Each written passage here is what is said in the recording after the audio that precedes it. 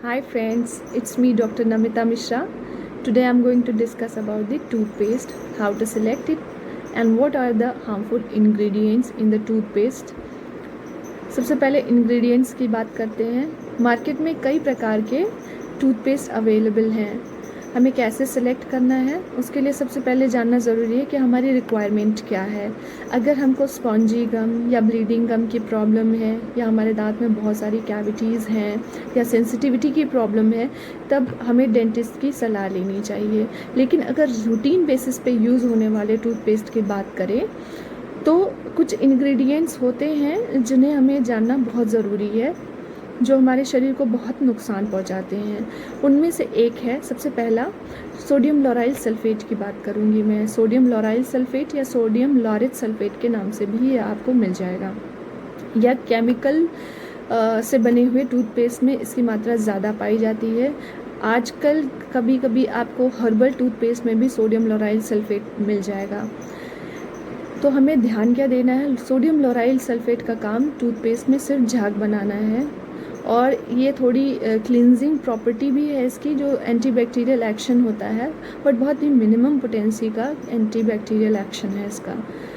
यह हमारे oral mucosa यानी कि मुंह के अंदर जो म्यूकोसा प्रेजेंट होती है उसके थ्रू एब्जॉर्ब होकर के हमारी बॉडी में जाता है और बहुत लॉन्ग टर्म में यूज़ करने पर यह हमारी बॉडी में इरिटेशन कॉज करता है और लंग डिसऑर्डर प्रोड्यूस करता है। कई स्टडीज़ ये भी बताती हैं कि यह कार्सिनोजेनिक है, लेकिन अभी ये प्रूफ नहीं हो पाया है कि ये कार्सिनोजेनिक है, ये कैंसर प्रोड्यूस कर सकता है या नहीं, अभी डिबेट का क्वेश्चन है। सेकेंड प्रोडक्ट पे आते हैं। सेकेंड प्रोडक्ट है हमारा ट्राइक्लोसिन। ट्राइक्लोसिन एक ऐसा प्रोडक्ट है जो कम्प्लीटली बैन किया जा चुका है FDA से, लेकिन अभी भी मार्केट में कई टूथपेस्ट ऐसे हैं जिसमें ट्राइक्लोसिन प्रेजेंट है। ट्राइक्लोसिन कम्प्लीटली कार्सिनोजेनिक है। ये डॉक्टर, एक साइंटिस्ट ने माइस पे रिसर्च करके रिपोर्ट में प्रूव कर दिया है। उनके रिपोर्ट के बाद FDA ने इसको कम्प्लीटली बैन कर दिया है ट्राइक्लोसिन। अगर हम टूथपेस्ट ख़रीदने जाते हैं और इंग्रेडिएंट लिस्ट में हमें ट्राइक्लोसिन मिलता है तो फ़ौरन ही उस टूथपेस्ट को डस्टबिन में डाल दें, क्योंकि यह बहुत ही हानिकारक है हमारी सेहत के लिए। यह कार्डियोवैस्कुलर डिजीज़ बनाता है, शरीर में उत्पन्न करता है और ह्यूमन ट्रायल में, ह्यूमन के ऊपर रिसर्च में पाया गया है कि यह फर्टिलिटी को नेगेटिवली इफ़ेक्ट करता है, हमारी फर्टिलिटी और कुछ हार्मोन्स के साथ नेगेटिव इफ़ेक्ट प्रोवाइड करता है। तो हमें ट्राइक्लोसिन बिल्कुल नहीं यूज़ करना चाहिए। थर्ड आते हैं सिलिका। जिन टूथपेस्ट में सिलिका की मात्रा ज़्यादा होती है, सिलिका बेस्ड हैं, उन्हें बहुत कम इस्तेमाल करें तो ज़्यादा बेहतर है। सिलिका का एक्शन होता है हमारे दांतों पे जो बायोफिल्म होती है, जो गंदगी की एक परत होती है, इसको रिमूव करना। लेकिन बहुत ज़्यादा लॉन्ग टर्म में इस्तेमाल करने पे ये इनामल की लेयर को हटा देता है। नेक्स्ट बात करते हैं पैराबेन। पैराबेन जो एक प्रिजर्वेटिव होता है, ये आपको टूथपेस्ट में मिलेगा दो फॉर्म में। सोडियम बेंजोएट जो कि कम नुकसानदेह होता है, और कई स्टडीज़ बताती हैं कि ये टॉक्सिक बिल्कुल नहीं होता है सोडियम बेंजोएट। इसकी एक लिमिट है, उसके अंदर यूज़ कर सकते हैं। और पैराबेन एक प्रिजर्वेटिव है जो कि ह्यूमन बॉडी में एस्ट्रोजन हार्मोन के साथ मिमिक करता है और लॉन्ग टर्म यूज़ करने पर ये ब्रेस्ट कैंसर कर सकता है। महिलाओं के लिए खासकर नुकसानदेह है। पैराबेन हमारे टूथपेस्ट के अलावा भी ग्रोसरी प्रोडक्ट्स में मिलता है, तो हमें हमेशा परचेज़ करते टाइम देख लेना चाहिए कि इसमें पैराबेन है या नहीं। पैराबेन को कम्प्लीटली हमारे डेली रूटीन से निकाल देना चाहिए, उसे यूज़ नहीं करना चाहिए। Next fluorine. Fluorine is very good for tooth health, हमारी हेल्थ के लिए, स्पेशली दांतों के हेल्थ के लिए बहुत इम्पॉर्टेंट है, बट इसकी मात्रा उससे भी ज़्यादा इम्पॉर्टेंट है।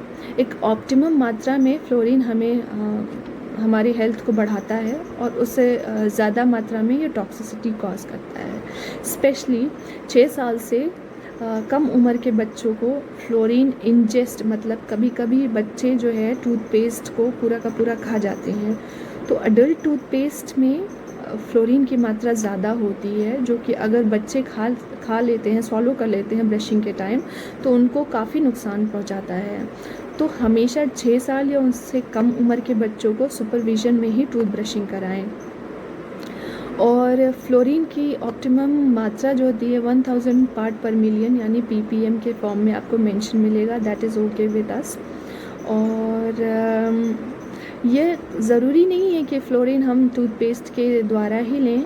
कई जगह भारत में ऐसी भी हैं जहाँ पे फ़्लोरीन वाटर में ज़्यादा प्रेजेंट होता है, तो उन क्षेत्र में अगर हम चाहें तो फ़्लोरीन ना भी लें तो कोई हमारा नुकसान नहीं है, हमारे दांत की हेल्थ वैसे ही बनी रहेगी। इसके अलावा प्लांट फ्लोरीन भी होता है, कुछ प्लांट्स में फ्लोरीन की मात्रा प्रेजेंट होती है, हम उन प्लांट से ले सकते हैं, टॉपिकल यूज़ की हमें ज़रूरत नहीं है। तो मेरे ख्याल से वाटर और plant fluorine is more better than ये केमिकली फॉर्म्ड फ्लोरीन। इसके अलावा टाइटेनियम ऑक्साइड होती है, टाइटेनियम ऑक्साइड भी हमारे दांत के लिए नुकसानदेह होता है, ये सिर्फ कलर प्रोवाइड करने के लिए कलरिंग एजेंट रहता है टूथपेस्ट में। तो हम अगर इन सब बातों का ध्यान दें तो हमारी सेहत को हम काफ़ी हद तक अच्छा बना सकते हैं। अब नेक्स्ट मैं बात करूँगी कितनी अमाउंट लेनी होती है टूथपेस्ट की। अगर अडल्ट पेशेंट की बात करें या अडल्ट पीपल की बात करें तो एक मटर के दाने जितना टूथपेस्ट लेना होता है, और अगर छोटे बच्चों की बात करें तो उसका हाफ ले सकते हैं। बच्चों, एक बात का हमेशा ध्यान रखिए कि बच्चों का टूथपेस्ट जो होता है वो अलग होता है और बड़ों का टूथपेस्ट अलग होता है। 12 साल से कम उम्र के बच्चों का टूथपेस्ट अलग होता है, उनको वही बच्चों वाला टूथपेस्ट ही दें, अडल्ट का टूथपेस्ट उनको ना दें क्योंकि उनको ज़्यादा नुकसान पहुंचा सकता है।